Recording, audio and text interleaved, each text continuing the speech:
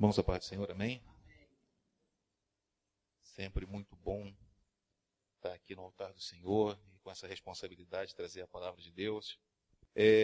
Vamos ficar de pé, por gentileza. A palavra do Senhor hoje está no livro de Atos, capítulo 3. E eu vou pedir aos irmãos, eu vou ler o capítulo todo. Eu gostaria que os irmãos lessem comigo. Você consegue projetar, Gabi? Se não conseguir, não tem problema, tá? Como é um texto longo, para que vocês não dispersem enquanto eu leio um versículo, vocês leem um versículo também, tá bom? Amém? O pastor me deu um texto que a gente estava conversando sobre isso sexta-feira, de uma responsabilidade muito grande, porque aqui é aquela expressão do capinador, né? Cada enxadada é uma minhoca, né? Cada vez que você se aprofunda, é mais riqueza, e não é fácil, mas o Senhor vai falar aos corações de cada um. Amém? Eu vou ler o primeiro versículo e aí, sucessivamente, eu peço que todos a gente leia alternadamente. Amém? Diz assim a palavra do Senhor. Até o versículo 10 será tratada a cura de um coxo e a partir do 11 o discurso de Pedro no templo. Queridos, esse texto, se nós fôssemos destrinchar esse discurso de Pedro, a gente ficaria aqui 1 hora. Era uma aula de escola dominical com debates e muita coisa poderia sair desse tema, porque é uma verdadeira aula teológica esse tema. Mas eu queria focar em alguns pontos bastante específicos dessa temática toda. Primeiro eu queria dizer o nosso tema. O tema que é o tema que eu me proponho a explicar a vocês, é mudanças em prol do reino. Nós temos algumas lições aqui, temos 3, 4 lições, que vão nos definir mudanças em nosso comportamento que são favoráveis ao reino de Deus. E eu creio que todo mundo que está aqui quer ser útil, quer ser vaso na mão de Deus, amém? Amém? Não adianta vir aqui só pedir bênçãos, queremos ser vaso. Queremos que o óleo que está em nós seja valoroso, mas o vaso ele tem que estar disponível. Amém? A primeira coisa que eu queria dizer é o seguinte: aqueles homens eles saíram à hora nona para buscar intimidade com Deus.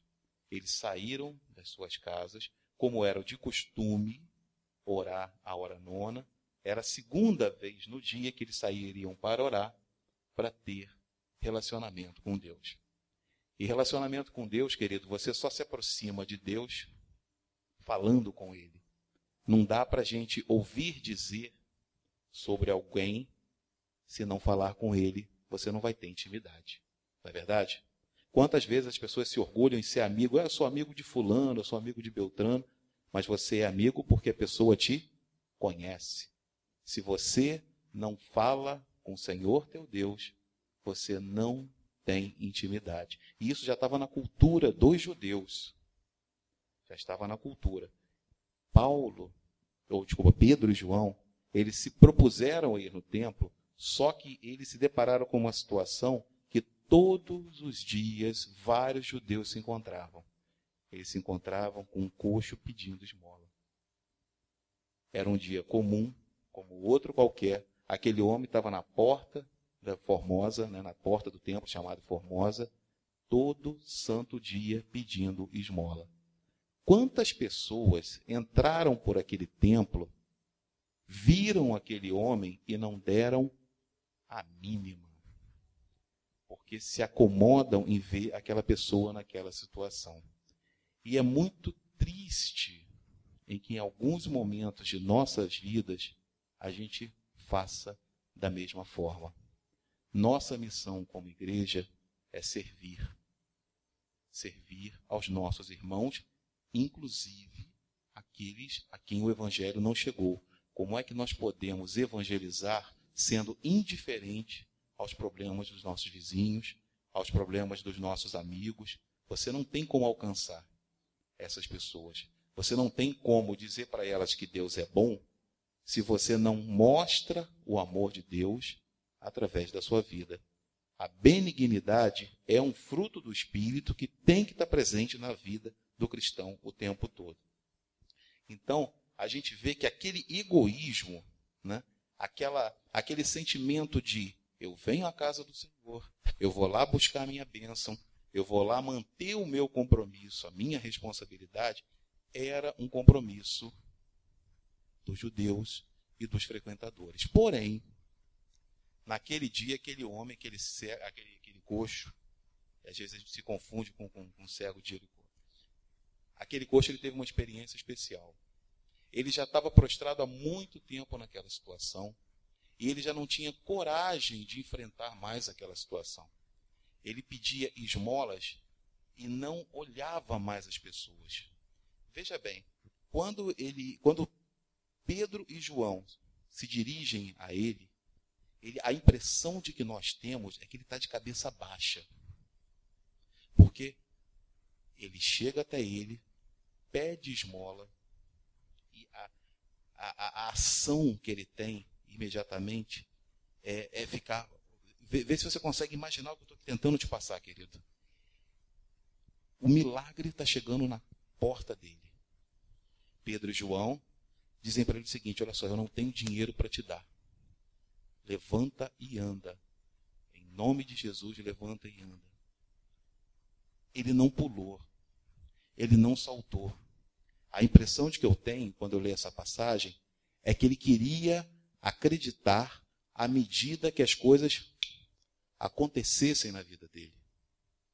E isso não é um pouquinho do que a gente faz também na nossa vida? Quantas vezes a gente vem para cá duvidando que o Senhor vai nos atender?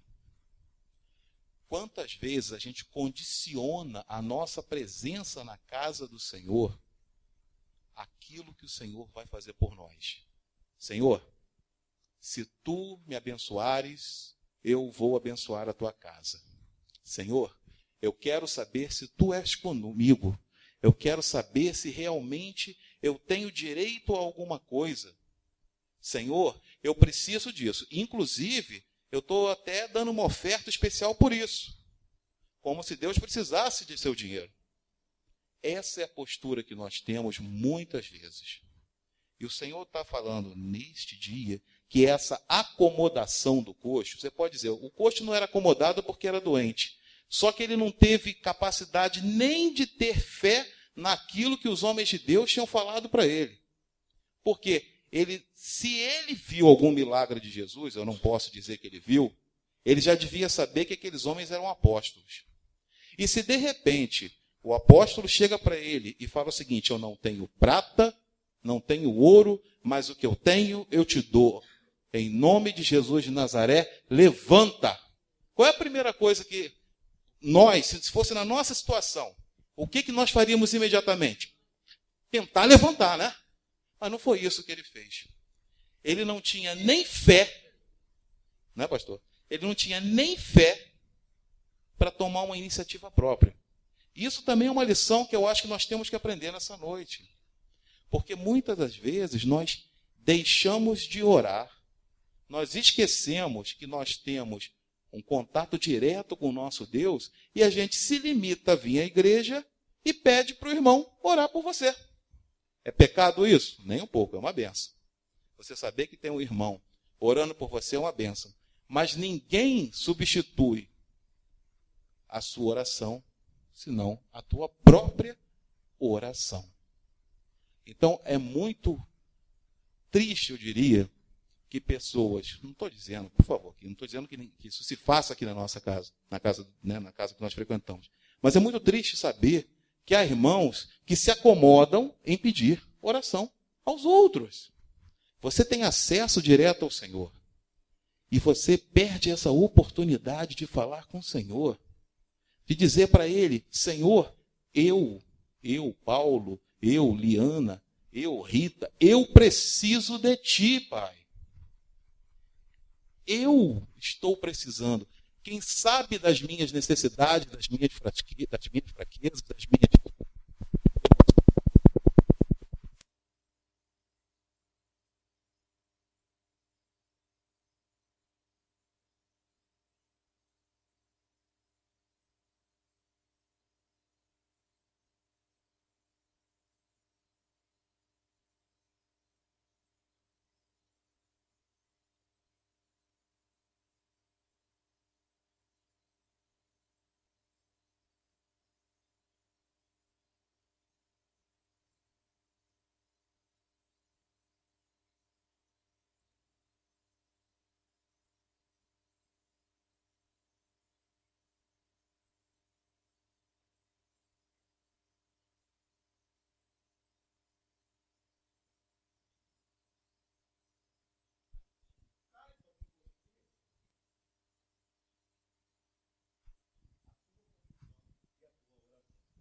Amém? Então não se esqueça disso. Não se esqueça disso. Não abra mão de falar com o teu Deus. E por último, eu queria falar um pouquinho sobre a questão da conveniência. Era muito cômodo para os saduceus, muito cômodo, se manter naquela posição de arrogância. Os saduceus eram um partido político que agia dentro do sinédrio. E eles não criam em várias doutrinas que os fariseus criam. Por exemplo, anjos. Não criam a ressurreição dos mortos, desculpa. Não criam no espírito. Mas eles marcavam uma posição muito forte e eram os que mais influenciavam a sociedade no aspecto político. E hoje nós vivemos numa sociedade em que o evangelho está sendo minado via política. E eu não estou falando a política partidária só, não. Eu estou falando a política que a gente ouve nas escolas, nas instituições, até em programas de auditório. Os assuntos bíblicos eles estão sendo levados, eles estão sendo expostos como assuntos mitológicos, como corriqueiros. Mês passado, e a gente não fala de perseguição, mês passado teve uma psicóloga que teve seu direito em Santa Catarina de atender, né, cassado, porque ela se declarou evangélica. Por quê? Porque um determinado grupo se sentiu ofendido com a orientação que ela dava a pessoas que vinham a ela pedindo auxílio para se tratar, em relação à homossexualidade. Então, essa política, ela influencia até hoje. E ela se vincula à mídia e chega na frieza espiritual que muitos crentes hoje sentem porque duvidam de Deus, duvidam do milagre. O coxo não tinha fé, se acomodou. Ele precisou que acontecesse um milagre para se aproximar de Deus. Mas ele penou miseravelmente muito tempo, sofreu na carne todo tipo de preconceito, todo tipo de repúdio, porque em outros momentos, ele não teve nem a intenção de se aproximar de Deus, pedindo auxílio aos sacerdotes que estavam ali o tempo todo. E os sacerdotes que estavam ali o tempo todo não se compadeciam daquele homem. O que é muito pior. Então, olha, a gente vê um egoísmo exacerbado dos sacerdotes e dos frequentadores que só se preocupavam com os seus problemas. A gente vê uma acomodação por parte do coxo que, mesmo doente, não tinha coragem nem iniciativa, nem quando o milagre chegou até ele. Nem quando o milagre chegou até ele. E também a gente vê uma situação de zona de conforto por parte de um partido político e religioso que não estava nem aí para o problema alheio. Aí eu pergunto a vocês, queridos, será que isso não são lições para nossas vidas? Será que não precisamos? Estamos numa campanha de oração. Oração. Será que está todo mundo aqui esperando acontecer alguma coisa para começar a orar? Será que está todo mundo esperando que de repente comece a se falar em línguas, comece a haver curas, milagres, para aí se aproximar do Senhor, quando não deveria ser o contrário? O Senhor, eu penso uma coisa muito importante. Se nós, e aí eu falo de mim também, se nós tivéssemos a firme convicção de que o Senhor está aqui de verdade, que o Espírito Santo está no nosso meio, que às vezes a gente fala, o Espírito Santo está no nosso meio, todo mundo, aleluia, glória a Deus. Mas se nós tivéssemos a firme convicção de que o Espírito Santo está aqui de verdade, nós estávamos louvando, nós estávamos pulando, nós estávamos dando glória a Deus. Porque você imagina, você faz parte do reino de Deus, isso não é filosófico. Você, quando partir daqui, você vai se encontrar com Cristo. Você tem noção do que é isso? Você tem noção que a palavra que sai da sua boca pode mudar a vida de alguém? Você tem noção que você pode curar, no nome de Jesus, você pode curar um enfermo? Você crê nisso? Então vamos buscar isso, igreja. Vamos buscar. Porque o vaso, nós somos vasos de barro. Nós somos vasos de barro. Se nós fôssemos vasos de ouro, teria algum sentido eu ficar aqui falando bonito, retórica bonita, mas nós somos vasos de barro. O que está dentro de nós é que tem valor. É o Espírito Santo de Deus, é que fala por nós. É Ele que influencia. Porque as palavras que são ditas aqui, se não for pelo Espírito Santo, quando chegar amanhã você ouve uma mais bonita e se convence da outra. Só que o Espírito Santo de Deus faz com que você medite nessa palavra e chegue amanhã e fale assim, olha, eu estou em dificuldade, mas eu sei que o meu Redentor vive. Eu sei que essa dificuldade vai passar porque Ele me garante vitória. Eu posso sofrer nesse mundo, mas a minha vitória é garantida porque Ele garantiu na cruz do Calvário. Então vamos se apegar a isso, queridos. Glória a Deus. Eu acho que nós temos que mudar alguns paradigmas de cristão. A gente não pode ficar mantendo uma postura de que é fácil seguir a Cristo. Seguir a Cristo é difícil. Fácil é aceitar Jesus. Isso é fácil. É só você reconhecer o que Ele fez por ti. Reconheça o que Ele fez por ti, que Ele morreu na cruz do Calvário por você. Reconheça que a morte dele foi expiatória, que Ele veio morrer em seu lugar, Ele veio como cordeiro morrer em seu lugar. Isso é muito fácil, porque o sacrifício maior Ele já fez. Agora, seguir a Jesus não é fácil, querido. Se sua vida está sendo fácil seguir Jesus, você tem que começar a prestar atenção em alguma coisa está errada. Porque você incomoda. Servo de Deus incomoda, mas não incomoda porque é chato, não. Incomoda porque denuncia o pecado.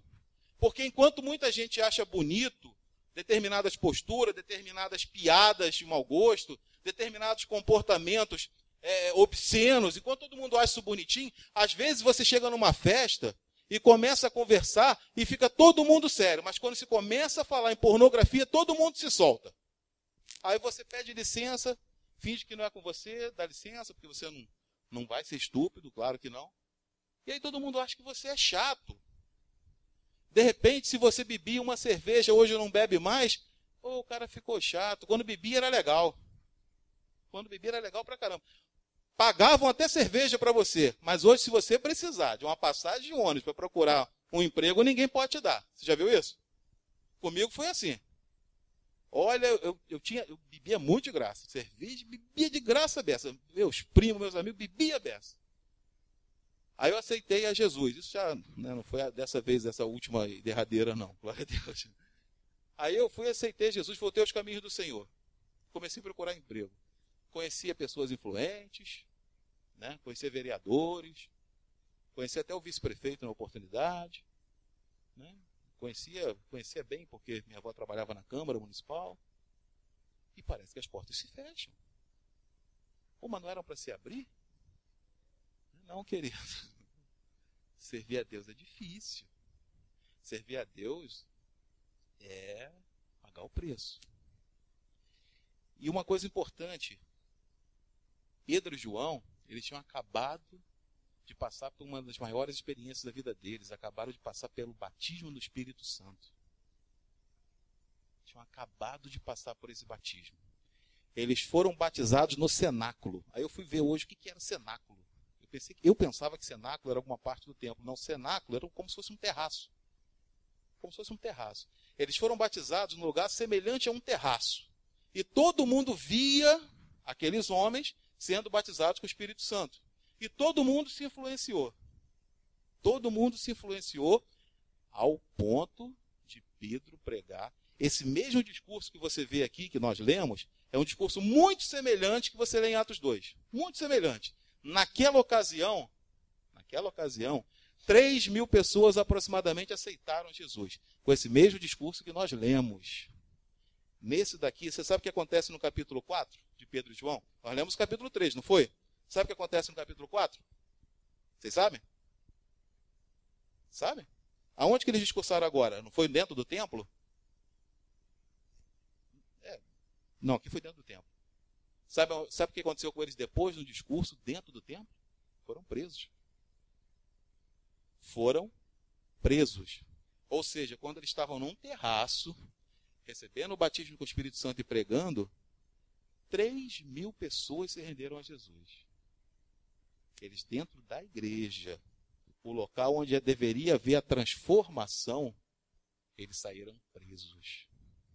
Então, queridos, nós amamos a casa do Senhor, mas a casa do Senhor é feita por cada um de vocês.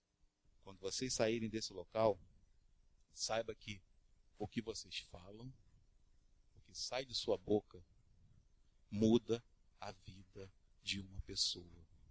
E no nome de Jesus, quem sabe não temos aqui pessoas que o Espírito Santo está... Eu quero te dar esse dom, rapaz, eu quero te dar esse dom. Quem sabe aqui não vão ter pessoas que vão ter o dom de cura. Quem sabe o dom de conhecimento, dom de discernir espíritos, não é útil, né? Não é útil a beça? Quem sabe não estão aqui? Nós somos vasos, queridos. Não vamos perder essa oportunidade. Não encara a campanha como uma meta. Isso aqui não é uma meta, não é um processo, não é um projeto. Não é nada disso que você tem tarefas, né? Você tem tarefa, tem verba, né? Projeto é assim, você tem tarefa, tem verba, tem prazo. Não. O prazo aqui é você se aproximar com Cristo. Amém, queridos? Então tenha em mente que você precisa de Cristo. Amém? Vamos ficar de pé.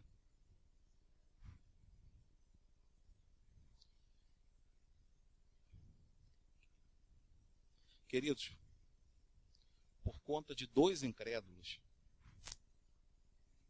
uma nação inteira perambulou no deserto 40 anos. E essa nação viu milagres, viu uma manifestação sobrenatural de Deus. Deus abriu o mar, Deus levantou coluna de fogo, Deus os conduziu com nuvem, fez até cair comida do céu. Todos viram milagres. Mesmo assim, por causa de 2 incrédulos, uma nação inteira perambulou por 40 anos. E aquela geração toda de incrédulos não entrou na terra prometida. Eu creio, queridos, que você pode ter tempo de igreja, tempo de evangelho, você pode ser um profundo conhecedor da Bíblia, você pode ser quase um teólogo, doutor, você pode ser filho de crente, você pode ter nascido no evangelho, mas se você não se aproximar do teu Pai, se você não promover essas mudanças em prol do reino, você pode vir a perecer. E o Senhor, Ele não tem alegria de que ninguém se perca. Ninguém. Então tenha em mente que você precisa de Cristo. Mas você não precisa de Cristo só porque você é pequeno ou porque nós somos pequenos, não. Você precisa de Cristo no seu dia a dia. Você precisa dele na hora que você levanta, na hora que você vai para o trabalho, vai para o colégio, na hora que você vai almoçar, na hora que você vai dormir. Você precisa de Cristo. Tem muito arrogante por aí, muito arrogante, que basta o Senhor chegar numa veiazinha e só apertar aqui um pouquinho aqui na cabeça, ó. E acabou a inteligência, acabou a arrogância, acabou a autossuficiência. Ou então vai no coração e ó, dá só aquele apertozinho numa veia. Pronto. Acabou o altruísmo. Você precisa de